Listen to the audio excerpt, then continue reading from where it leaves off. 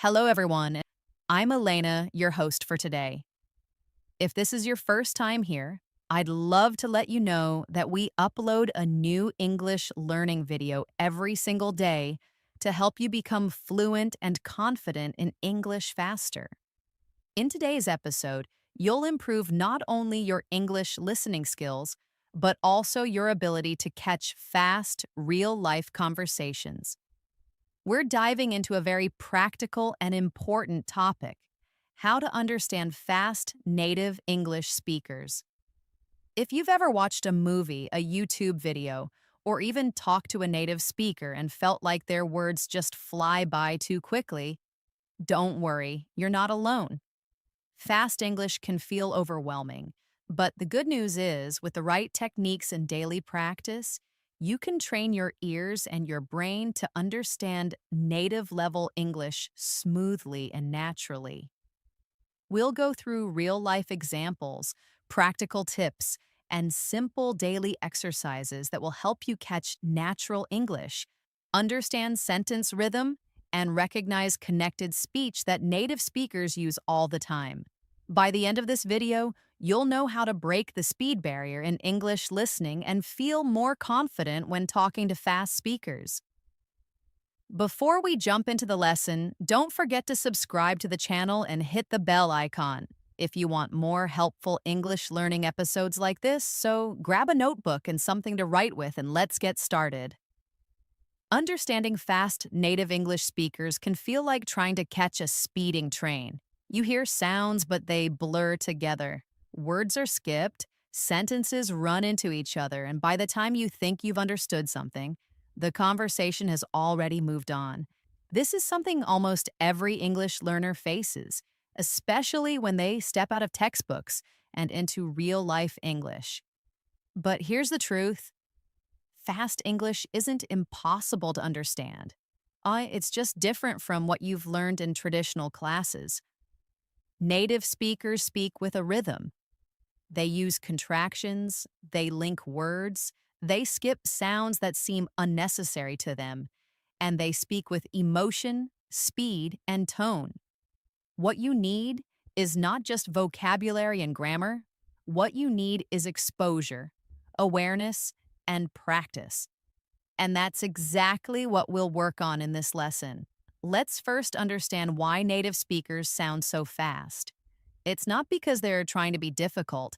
It's simply the way natural language works.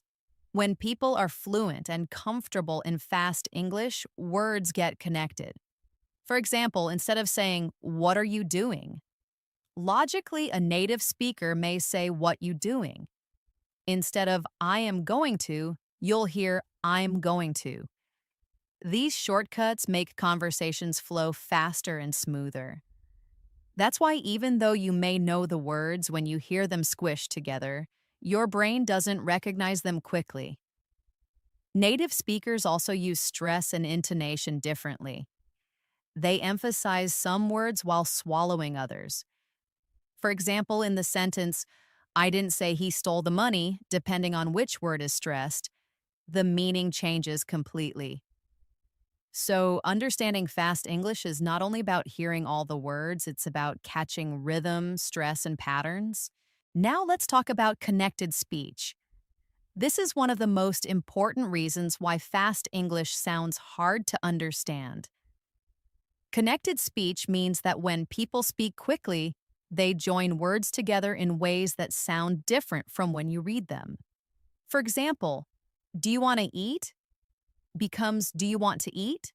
And "Could you help me out?" becomes "Could you help me out?" The sounds blend. Sometimes letters are dropped, like the T in "want to," and sometimes new sounds appear between words, like a I sound or a soft ch. This is completely normal in native conversation, and the more you listen to it, the easier it becomes to recognize. Let's try a simple listening practice together. I'll say a sentence slowly first, then naturally. You try to hear the difference. First, slow. "Did you eat already?" Now, naturally. "Did you eat already?" Did you hear that change?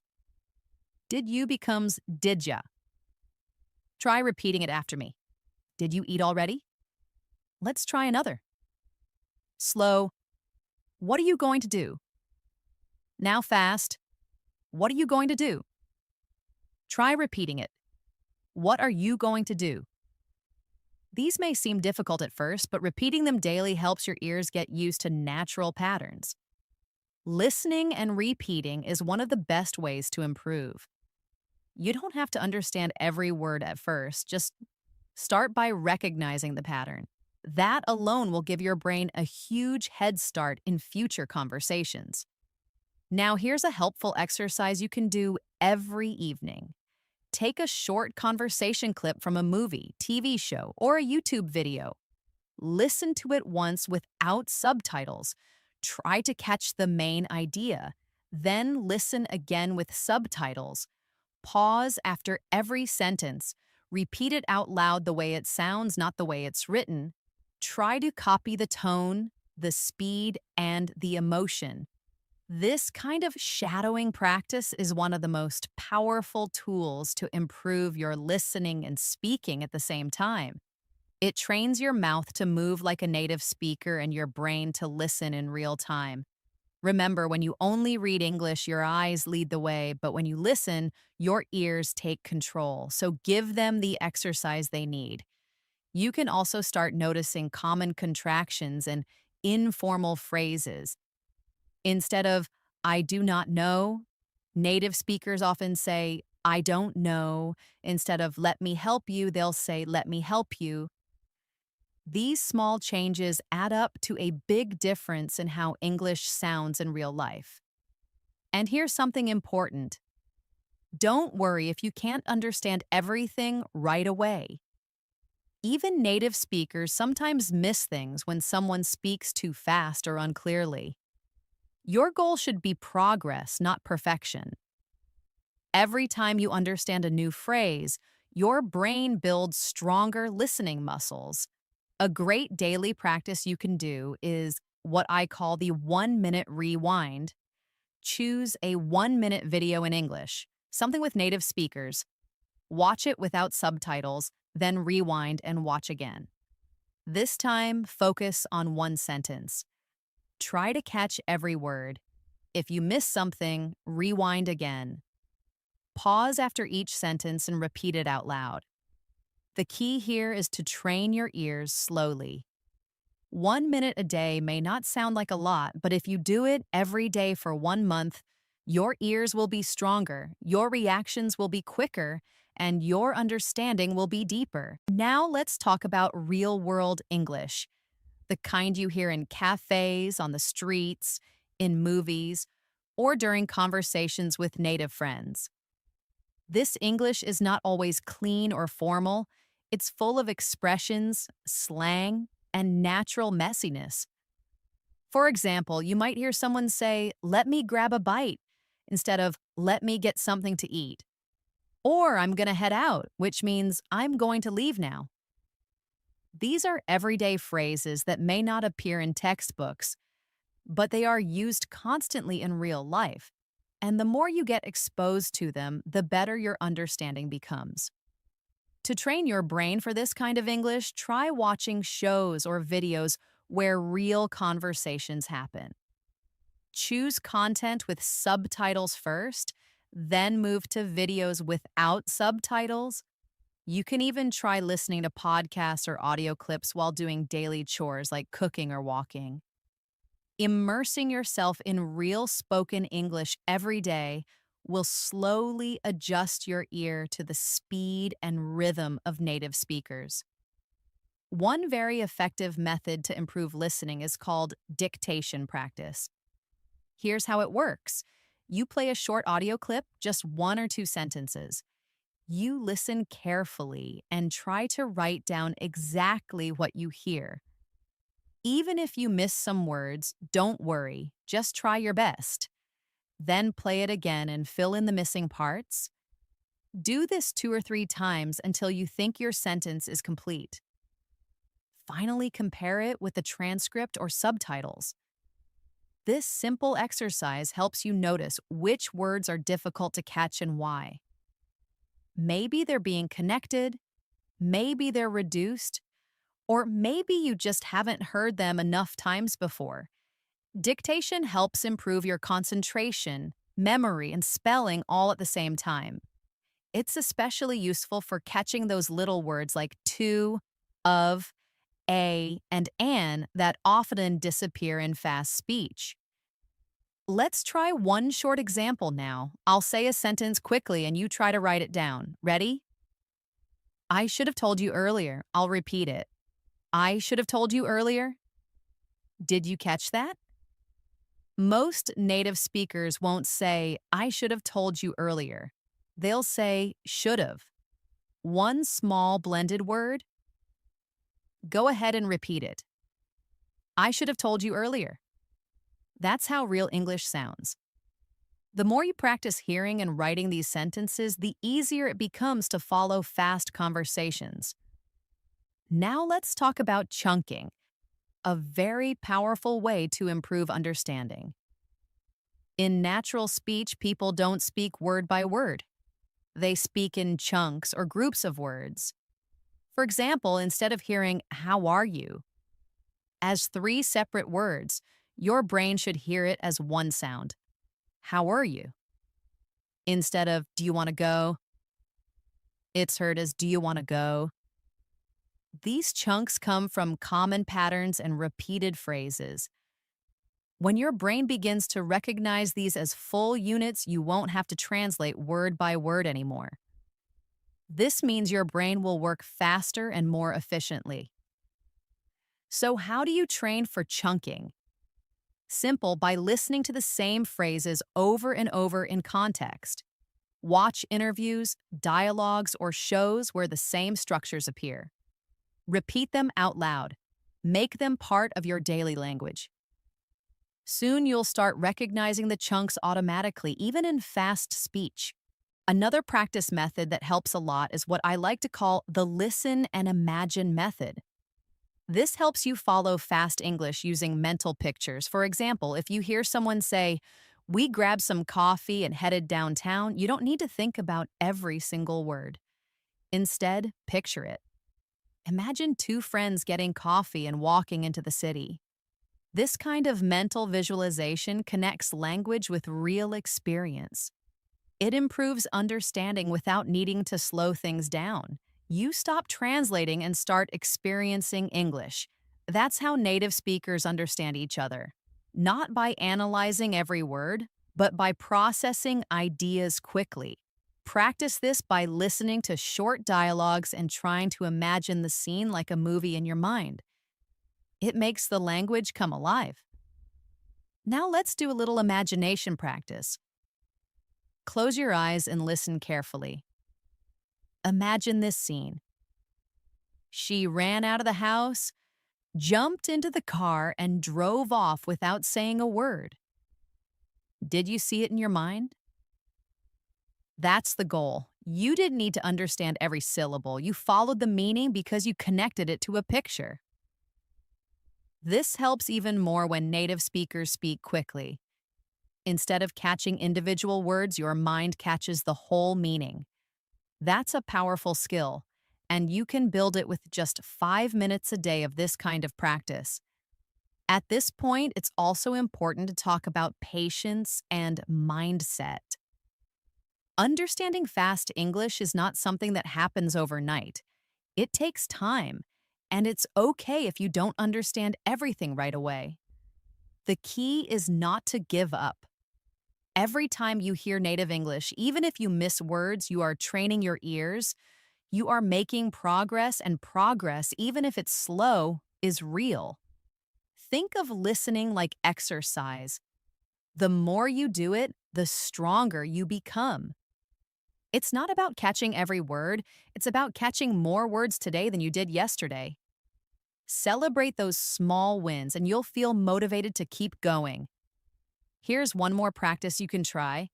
It's called repeat after pause. Find a short video or audio clip just a minute long. Play one sentence, then pause. Try to repeat exactly what you heard. Then play the next sentence, repeat again. This shadowing technique helps train your pronunciation, rhythm, and listening all at once. The more you practice, the more fluent your speech becomes, and the better your ears get at catching fast English. Even 5 minutes a day with this method can make a huge difference over time. As we continue, I want to share one very helpful habit that many fluent English learners use. It's called active listening. Active listening means you don't just hear the words, you try to understand what's behind them. You pay attention to the tone, the emotion, and the speed. Native speakers often speak quickly, but they also slow down or raise their voice when something is important. For example, if someone says, "I really don't want to go," the word really is stretched and emphasized. This is a clue. It tells you the speaker's feeling is strong. You don't need to understand every word to get the message. You just have to listen actively. Practice this by watching short dialogues and noticing how people express emotions with their voice. Soon you'll start catching meaning even when the language is fast. Another way to improve is by building your background knowledge. Let's say you're watching a video about shopping or travel or food. If you already know a little about the topic, it's much easier to follow along, even if the speaker is fast. Why? Because your brain already expects some of the vocabulary and structure. It can predict what's coming next. This is called context-based understanding. So try to choose listening material related to topics you're familiar with. If you like cooking, watch cooking videos. If you love sports, listen to sports commentary. Your brain will fill in the blanks more easily when the subject is familiar. This builds both listening confidence and vocabulary at the same time. Let's do another small exercise to apply what we've learned. I'll describe a scene in fast but natural English. Try to catch the main idea and build a picture in your mind. Here we go. So I was running late for work, spilled coffee on my shirt, missed the bus, and had to call a ride just to make it to the meeting. Now pause. What happened here? You might not have caught every word, but you probably understood that the speaker had a rushed and stressful morning. That's the goal. Focus on the meaning, not perfection. Real English is about understanding the message, not catching every syllable. Let's talk about pronunciation now because this is a key to understanding native English. Native speakers connect words in ways that might feel strange to learners. For example, what do you want to eat? It becomes what do you want to eat? Or did you see it? Becomes did you see it? These connections are completely natural, but they make the sentence harder to understand if you're expecting perfect word separation. One way to get used to this is by practicing connected speech yourself.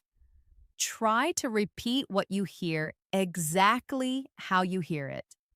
Say gonna instead of going to. Say wanna instead of want to. This may feel informal, but it's how English is actually spoken. And understanding connected speech is one of the fastest ways to improve your listening. Another practice technique is the echo method. Play a sentence from a native speaker and then immediately try to repeat it with the same speed and rhythm, like an echo. For example, if the sentence is, "I can't believe he said that," you repeat it right after with the same energy and pace. This helps your tongue and brain get used to how fast English feels.